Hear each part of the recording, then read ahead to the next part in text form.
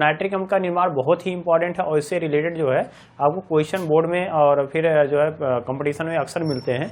तो इसमें हम लोग बात करेंगे कि नाइट्रिक अम्ल को हम कैसे बनाते हैं। तो इसमें हमें लेबोरेटरी मेथड यानी प्रयोगशाला विधि और उसके बाद जो है इंडस्ट्रियल मेथड यानी औद्योगिक विधि, दोनों की हम बात करेंगे, जिसमें सबसे इंपॉर्टेंट जो है वो हम लोग बात करेंगे ओस्टवाल्ड विधि द्वारा नाइट्रिक अम्ल का निर्माण, बहुत ही इंपॉर्टेंट है। तो चलिए हम लोग पहले बात करते हैं यहाँ पे।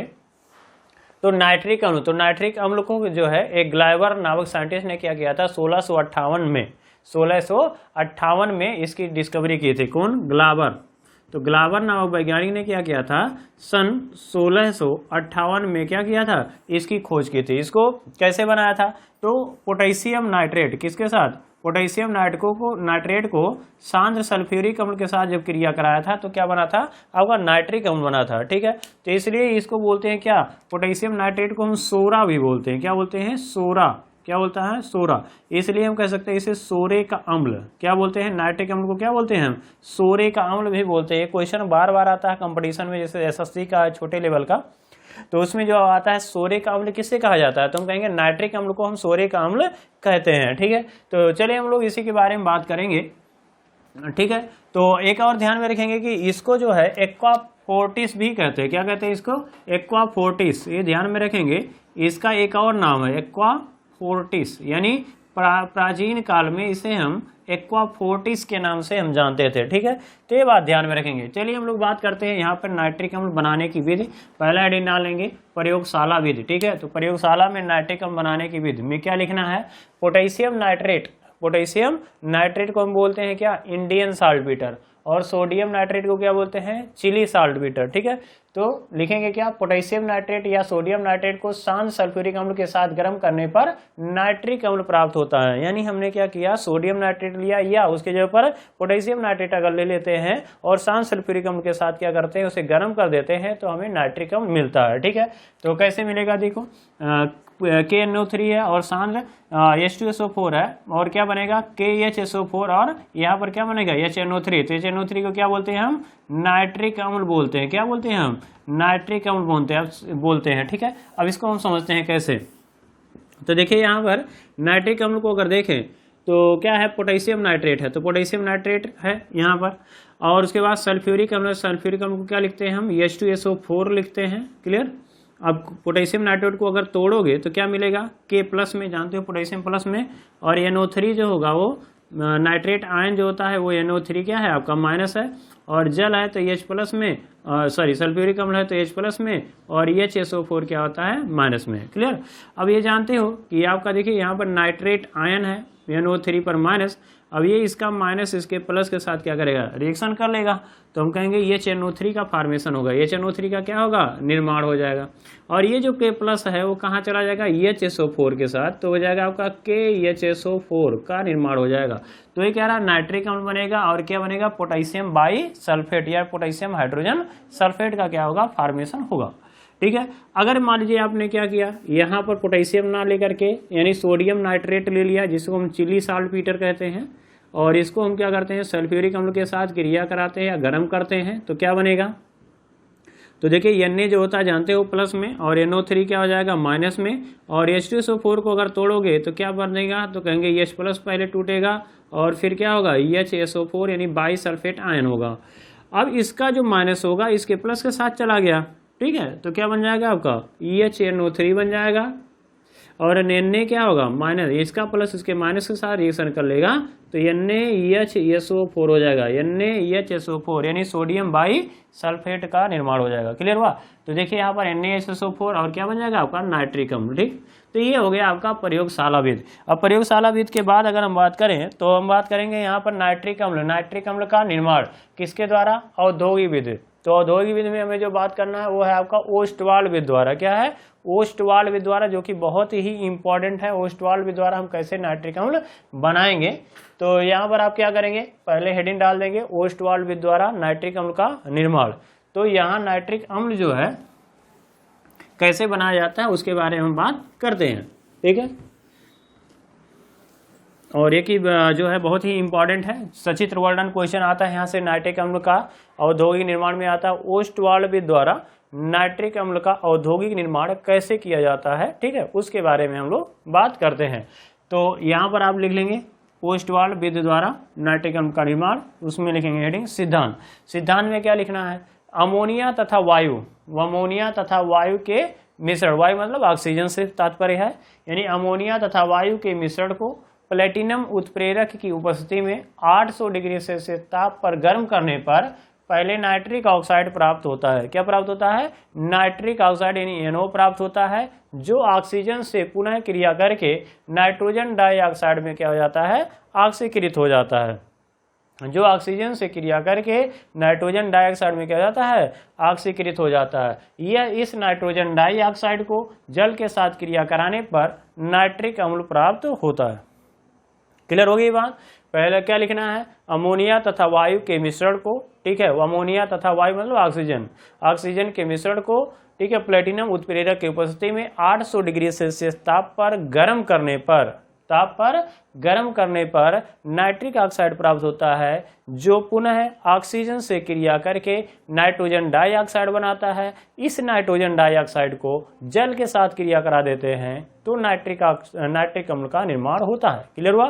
तो ये हमने देख लिया, एक बार इसको पढ़ेंगे लिखेंगे तो आपको तुरंत आ जाएगा होता क्या है। देखिए अब जब नाइट्रिक अम्ल, यहाँ देखिए अमोनिया है, कह रहा अमोनिया तथा ऑक्सीजन को, ठीक है, अमोनिया तथा वायु मतलब ऑक्सीजन को प्लेटिनम उत्प्रेरक की उपस्थिति में 800 डिग्री सेल्सियस पर गर्म करने पर क्या बनता है, तो NO बनता है। इसको क्या बोलते हैं हम, नाइट्रिक ऑक्साइड बनता है। क्या बनेगा, नाइट्रिक ऑक्साइड यानी NO। क्लियर हुआ। और यहाँ जानते हो हाइड्रोजन ऑक्सीजन है तो जल तो बनेगा ही बनेगा, तो नाइट्रिक ऑक्साइड तथा जल बन जाएगा। यह जो होती है यह उष्मा क्या होती है, 6P क्रिया होती है। देखिए यहाँ पर डेल्टा H -21.6 किलो कैलोरी लिखा हुआ है, तो इसमें क्या है, उष्मा निकलती है। तो उष्मा निकलती है तो इसका मतलब क्या, बार बार आपको 800 डिग्री सेल्सियस मैंने ताप देने की जरूरत नहीं होती है।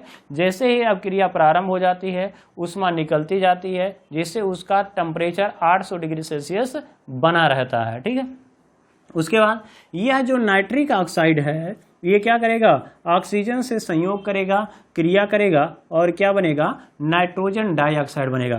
तो लिखवाया वही गया है कि जो ऑक्सीजन के साथ क्रिया करके यानी नाइट्रिक ऑक्साइड ऑक्सीजन से संयोग करके नाइट्रोजन डाइऑक्साइड बनता है, और इस नाइट्रोजन डाइऑक्साइड को जल के साथ क्रिया कराने पर नाइट्रिक अम्ल प्राप्त होता है। लेकिन अब यहाँ ध्यान में रखने वाली बात है कि ये जो नाइट्रिक अम्ल है ये जो है इसके साथ क्या बनता है, नाइट्रस अम्ल बनता है। क्या बनता है, नाइट्रस अम्ल। ये कई बार पूछा गया है कि NO2 क्या है, तो NO2 देखो, NO2 की अगर हम बात करें तो NO2 की ऑक्सीकरण संख्या कितनी होती है, तो हम कहेंगे इसका X मान लो, ऑक्सीजन की संख्या क्या है, 2 है, ठीक है, और इस पर कितना माइनस होता है, तो हम कहेंगे ऑक्सीजन की संख्या 2 है और 1 पर -2 होता है बराबर 0। तो x 2 दूनी 4 -4 बराबर 0, तो x बराबर कितना, +4। थोड़ा सा ध्यान में रखेंगे, अगर समझ में आया तो ठीक है, नहीं आया तो कोई दिक्कत नहीं, हमें आगे बढ़ना होगा। बस इतना याद ध्यान में रखना है। थोड़ा सा एक्स्ट्रा है जिसमें आपको IIT नीट का लेवल में टच कराने की कोशिश कर रहा हूँ। तो इसमें नाइट्रोजन की ऑक्सीकरण संख्या है +4, ठीक है। और आपको बताया गया है कि नाइट्रोजन जो है वो सामान्यतः क्या दिखाते हैं, या तो -3 दिखाते हैं, या तो +3 दिखाएंगे, या तो +5 दिखाएंगे, ठीक है। तो ऑक्सीजन के साथ तो माइनस दिखाता नहीं है, दिखाएगा क्या, +3 और +5। तो इसलिए जो है जब आप इसको जल के साथ क्रिया कराओगे ना तो ये अपनी ऑक्सीकरण संख्या परिवर्तित करेगा। तो किस में, +3 में और +5 में। क्यों, क्योंकि ये दोनों के क्या है, बीच में है।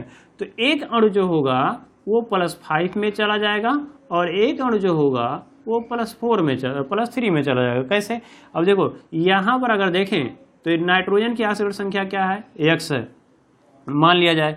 अब हाइड्रोजन का जानते हो कि 1 पर +1 आता है और ऑक्सीजन की संख्या कितनी है, 3, और एक ऑक्सीजन पर -2, तो x हो जाएगा +1 - 3 दूनी 6 हो जाएगा बराबर 0। तो x माइनस कितना हो जाएगा, 5 बराबर 0। तो x इक्वल टू क्या हो जाएगा, +5। तो देखो यहाँ पर ऑक्सीकरण संख्या कितनी आ गई, +5 आ गया। क्लियर। अब यहाँ पर अगर देखें तो HNO3 है, तो HNO2 है जिसको बोलते हैं नाइट्रस अम्ल। इसको क्या बोलते हैं हम, नाइट्रिक अम्ल। इसमें भी मान लो suppose oxidation number of nitrogen is X, यानी नाइट्रोजन की ऑक्सीकरण संख्या क्या है, X है। हाइड्रोजन की संख्या कितनी है, 1 है, और एक ऑक्सीजन पर कितना आता है, 2। देखिए ऑक्सीजन की संख्या कितनी है, 2, तो 1 पर -2 आता है, तो X हो जाएगा +1 हो जाएगा, 2 दूनी 4 -4 हो गया बराबर 0। तो X 3 हो जाएगा बराबर 0, तो x बराबर कितना आ गया +3। तो यही कह रहे हैं कि ये किस में चला जाएगा +3 में। इसलिए ये ध्यान में रखेंगे, अगर हम नाइट्रोजन, वैसे सामान्यतः क्या होता है कि अगर हम जल अपघटन कराते हैं यानी वाटर के साथ रिएक्शन कराते हैं, ठीक है, तो हाइड्रोलिसिस कराने से क्या होता है कि ऑक्सीकरण संख्या में, ऑक्सीडेशन नंबर में कोई परिवर्तन नहीं होता है, लेकिन यहाँ पर होता है। ये बात ध्यान में रखें, इसीलिए कंपटीशन में यहाँ पर आता है बार बार कि इसको जब रिएक्शन कराते हैं तो क्या बनता है, तो नाइट्रिक अम्ल और नाइट्रस अम्ल दोनों का मिश्रण प्राप्त होता है।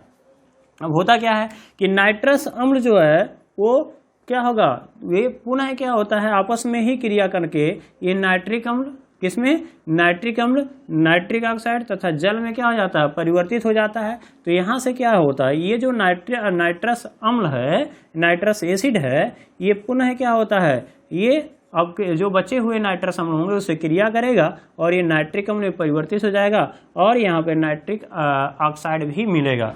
तो अगर हम देखें, ठीक है, तो ये ध्यान में रखेंगे कि नाइट्रिक अम्ल नाइट्रोजन का ऑक्साइड हो गया और जल, इन ये जो अशुद्धियां हैं उसमें रह जाती हैं। देखिए कुछ बुकों में ये नहीं दिया है, लेकिन ध्यान में रखेंगे कि नाइट्रिक अम्ल तो बन जाता है लेकिन उसमें कुछ अशुद्धियां भी रह जाती हैं। वो किसका रहता है, तो नाइट्रोजन के ऑक्साइडों का और जल की क्या होती है, अशुद्धियां होती हैं।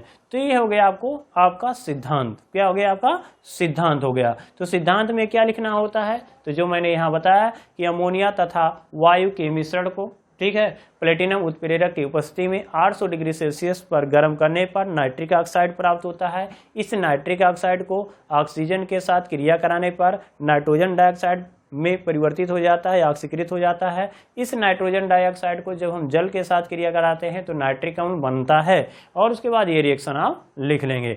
अब बात करते हैं इसके विधि, यानी हम इसके फिगर की बात करेंगे, ठीक है। तो अगला टॉपिक यहाँ पे बात करते हैं, यहाँ पर हम विधि, उसके बाद पहला हेडिंग क्या डालेंगे आप, सिद्धांत, फिर उसके बाद क्या डालेंगे, विधि, मेथड। विधि हो गया और इसको क्या बोलते हैं, मेथड बोलते हैं, ठीक है। अब इसमें हमें ऑपरेटर्स यानी चित्र, यानी क्वेश्चन जो पूछता है उसमें सचित्र वर्णन पूछता है, तो चित्र के बारे में भी लिखना जरूरी है। तो आप क्या लिखेंगे, विधि। विधि में ये चित्र थोड़ा हम पहले समझेंगे, उसके बाद मैं इसके बारे में जैसे जैसे बोलूंगा वैसे वैसे आप लिखते हुए चले जाएंगे। देखिए क्या क्वेश्चन है, मतलब इसका टॉपिक है। देखिए यहाँ पर क्या होता है, अमोनिया होता है और वायु का मिश्रण लेते हैं, कितने में, तो 1:9 के अनुपात में क्या करते हैं, 1:9 के अनुपात में ले करके क्या करते हैं, हम इसको इसमें भेजते हैं। ये क्या है, तो हम कहेंगे ये जो होता है उत्प्रेरक कक्ष होता है, यानी कैटालिटिक चैम्बर होता है, ठीक है। तो जिसमें कैटालिस्ट होता है वो रखा होता है, इसलिए इसको क्या बोलते हैं, उत्प्रेरक कक्ष। तो यहाँ पर उत्प्रेरक कक्ष जो होती है प्लेटिनम की जाली होती है, ठीक है। प्लेटिनम की क्या होती है, जाली, जैसे छन्नी जानते होंगे बहुत से होल होते हैं ना, उसी टाइप से क्या होता है, जाली लगी होती है और इसमें से जालियों में से क्या होता है, अमोनिया और ऑक्सीजन गैस जो होती है पास होती है। यहाँ का जो तापमान टेम्परेचर होता है वो अंदर गर्म किया जाता है, जिससे क्या होता है 800 डिग्री सेल्सियस शुरुआत में होता है। कितना होता है, 800 डिग्री सेल्सियस होता है। तो अमोनिया और वायु को 1:9 के अनुपात में लेकर के हम क्या करते हैं, उत्प्रेरक कक्ष में यानी कैटालिटिक चैम्बर में भेजते हैं, जहां पर प्लेटिनम जो होता है वो 800 डिग्री सेल्सियस पर रखा होता है। इसी में हम लोग क्या पढ़े कि अमोनिया जो है वह वायु से यानी ऑक्सीजन के साथ क्रिया करेगा प्लेटिनम की उपस्थिति में और 800 डिग्री सेल्सियस पर, तो क्या बनेगा, तो कहेंगे नाइट्रिक ऑक्साइड बना लेगा और क्या बनाएगा, जल। तो नाइट्रिक ऑक्साइड बनाएगा और जल। तो यहाँ से क्या होता है, नाइट्रिक ऑक्साइड बनता है और जल बनता है, ठीक है। तो यहाँ से नाइट्रिक ऑक्साइड जो होता है होता हुआ कहाँ पहुँचेगा, यहाँ पर। तो देखो यहाँ का नाइट्रिक ऑक्साइड अगर बन रहा है तो उसमें मैंने कहा था कि यह ऊष्माक्षेपी अभिक्रिया होती है। जब ये बनता है तो ऊष्मा निकलती है, तो ऊष्मा जब निकलेगी तो यहाँ देख रहे हो 800 डिग्री सेल्सियस, तो धीरे धीरे ऊष्मा कम हो जाएगी। तो वो जो ऊष्मा निकल रही थी वही क्या करेगा, 800 डिग्री सेल्सियस के तापमान को बनाए रखेगा, यानी कैटालिटिक जो चैम्बर होगा, उत्प्रेरक कक्ष होगा, उसका तापमान मेंटेन रहेगा। क्यों, क्योंकि अभिक्रिया ऊष्माक्षेपी है और ऊष्मा ये निकालेगी। चलिए अब आगे बात करते हैं कि इस नाइट्रिक ऑक्साइड को, अब चूंकि हाई टेम्परेचर पे बना हुआ है तो तापमान जो बहुत ज़्यादा है, तो ये जो नाइट्रिक ऑक्साइड है वो ऑक्सीजन के साथ जल्दी क्रिया नहीं करेगा, इसलिए पहले इसे हम ठंडा करते हैं। तो पहले इसे हम ठंडा यानी संघनित्र में भेजते हैं, जहां पर इसका तापमान क्या होता है, बहुत कम करते हैं, यानी लगभग 50 डिग्री सेल्सियस पर कम कर देते हैं, ठीक है। और फिर उसके बाद हम इसको क्या करते हैं, ऑक्सीकारक कक्ष में भेजते हैं। क्यों? क्योंकि उच्च ताप पर ऑक्सीजन संयोग करेगा नहीं, इसलिए ध्यान में रखेंगे कि ऑक्सीजन जो होता है वो लगभग 50, पहले इसको हम नाइट्रिक ऑक्साइड को 50 डिग्री सेल्सियस तक ठंडा कर लेते हैं, फिर उसे ऑक्सीकारक कक्ष में यानी ऑक्सीडाइजिंग चैम्बर में भेजते हैं। ऑक्सीडाइजिंग चैम्बर मतलब क्या होता है, देखो ऑक्सीकारक यानी ऑक्सीजन का जुड़ना, ठीक है। तो ये ऑक्सीजन को जुड़ाता है, क्यों? क्योंकि इसमें ऑक्सीजन गैस सप्लाई किया जाता है। तो ऑक्सीजन गैस जो होता है वो नाइट्रिक ऑक्साइड से संयोग कर लेगा और क्या बना लेगा, नाइट्रोजन डाइऑक्साइड बनाएगा। क्या बनाएगा? नाइट्रोजन डाइऑक्साइड बनाएगा। और इस नाइट्रोजन डाइऑक्साइड को क्या करेंगे, फिर हम इसे यानी यहाँ पर एक और कक्ष होता है जिसको बोलते हैं अवशोषण कक्ष। अवशोषण कक्ष में थोड़ा जान लेते हैं। तो यहाँ पर क्या है आपका, ये जो होता है ये क्वार्ट्ज होता है, सिलिका रेत जानते हैं, रेत यानी उसी का बना होता है क्वार्ट्ज, ठीक है। तो क्वार्ट्ज जो होता है एक पत्थर की तरह से होता है, ठीक है, और इसमें पोरस होता है, छिद्रित होता है, और इसी को इसमें डाल दिया जाता है ताकि क्या होता है कि जो नाइट्रोजन डाइऑक्साइड गैस है ये यहाँ से होता हुआ इसके छिद्रों से होता हुआ आगे बढ़े, और जल भी उसी साइड से आएगा। तो जल की मात्रा जो होगी, जल क्या होगा, नाइट्रोजन डाइऑक्साइड को समान रूप से क्रिया कराएगा और नाइट्रिक अम्ल में क्या करेगा, वो परिवर्तित करेगा, नाइट्रिक एसिड में क्या करेगा, वो चेंज कर देगा। क्लियर हुआ? तो ऐसे क्या होगा, इसीलिए हम क्या करते हैं कि क्वार्ट्ज इसमें भरते हैं ताकि ये समान रूप से गैस फैलता हुआ ऊपर जाए और ऊपर से जल क्रिया करके उसको नाइट्रिक अम्ल में आसानी से बदल दे। नहीं तो क्या होगा, जल्दी से नाइट्रोजन डाइऑक्साइड ऊपर पहुंच जाएगा और जल के साथ क्रिया नहीं करेगा। क्लियर? बराबर क्रिया नहीं करेगा तो यहाँ तनु जो होगा यानी नाइट्रिक अम्ल कम प्राप्त होगा, ठीक है। तो यहाँ पर क्या हुआ, नाइट्रोजन डाइऑक्साइड जो है उसको हमने कहाँ भेज दिया, अवशोषण कक्ष में भेज दिया, और अवशोषण कक्ष में ऊपर जो है जल फवारे के रूप में गिरता रहता है और जो क्या करता है, जल के साथ क्रिया करके तनु नाइट्रिक अम्ल प्राप्त होता है। क्या प्राप्त होता है, तनु नाइट्रिक अम्ल। अब इसको लिखेंगे कैसे, तो आप हेडिंग डाल दीजिए मेथड, उसके बाद लिखिए, ठीक है। इस विधि में अमोनिया तथा वायु के मिश्रण को 1:9 के अनुपात में लेकर उत्प्रेरक कक्ष में प्रवाहित करते हैं, जहां पर 800 डिग्री सेल्सियस पर प्लेटिनम की जाली लगी होती है। प्लेटिनम की उपस्थिति में ऑक्सीजन तथा अमोनिया परस्पर संयोग करके नाइट्रिक ऑक्साइड का निर्माण करते हैं। इस नाइट्रिक ऑक्साइड को संघनित्र के द्वारा 50 डिग्री सेल्सियस तक ठंडा करके ऑक्सीकारक कक्ष में भेजते हैं, जहां पर नाइट्रिक ऑक्साइड ऑक्सीजन से संयोग करके नाइट्रोजन डाइऑक्साइड गैस बनाता है। इस नाइट्रोजन डाइऑक्साइड को अवशोषण कक्ष में भेजा जाता है, जहां पर ऊपर से जल फवारे के रूप में गिरता रहता है। नाइट्रोजन डाइऑक्साइड जल के साथ परस्पर संयोग करके नाइट्रिक अम्ल बनाता है, जिसे हम निकास नली से प्राप्त कर लेते हैं। अब ये तो हो गया विधि। अब क्या करना होगा, अब ये तो शुद्ध नहीं है, क्यों? क्योंकि हमने कहा उसमें सिद्धांत में हमने पढ़ा कि उसमें नाइट्रोजन के ऑक्साइड और जल की अशुद्धियां होती हैं, इसलिए उसे शोधन करना पड़ेगा, शुद्ध करना पड़ेगा और उसका सांद्रण करना पड़ेगा। क्यों? क्योंकि तनु है यानी जल की अशुद्धियां ज्यादा है। अब देखिए अगला हेडिंग डाल देंगे नाइट्रिक अम्ल का सांद्रण तथा शोधन, ठीक है। तो सांद्रण यानी कंसंट्रेशन यानी प्यूरिफिकेशन कैसे करेंगे, तो आपको देखिए इसमें क्या था, कह रहा है नाइट्रोजन के ऑक्साइड है और क्या है, और कह रहा है कि H2O की अशुद्धियां। अब इसे हमें क्या करना है, दूर करना है। कैसे दूर करेंगे, अब आप जानते हैं कि H2O क्या है आपका, H2O दूर करना है तो हम सल्फ्यूरिक अम्ल का प्रयोग कर सकते हैं। तो लिखेंगे क्या इस विधि में, पहले क्या करते हैं लिखेंगे, इसमें क्या करते हैं, उपरोक्त विधि से प्राप्त तनु नाइट्रिक अम्ल में का प्रभाजी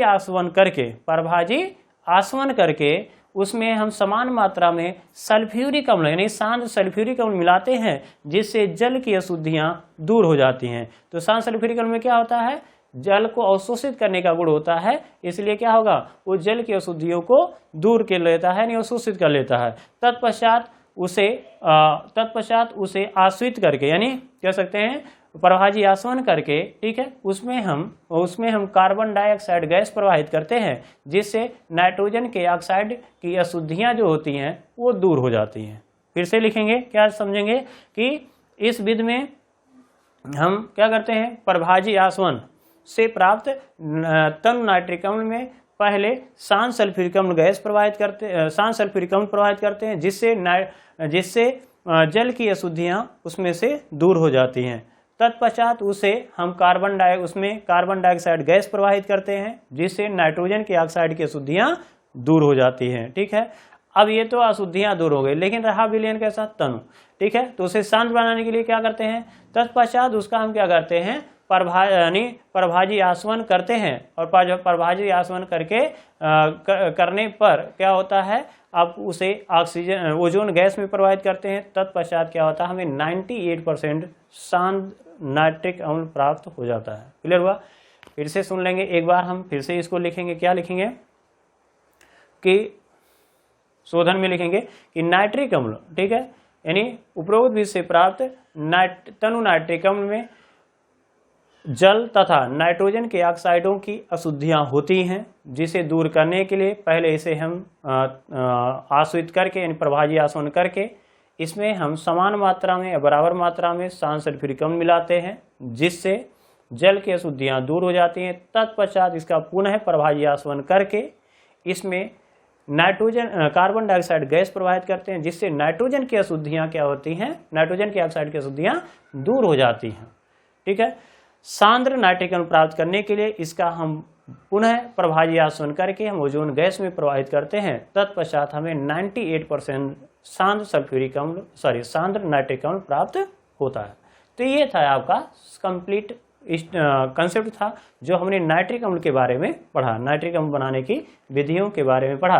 अगर ये वीडियो आपको पसंद आता है, लाइक करिए, सब्सक्राइब करिए और ज़्यादा से ज़्यादा शेयर करने की कोशिश करिए। तो मिलते हैं नेक्स्ट वीडियो में कुछ नए टॉपिक के साथ। जय हिंद।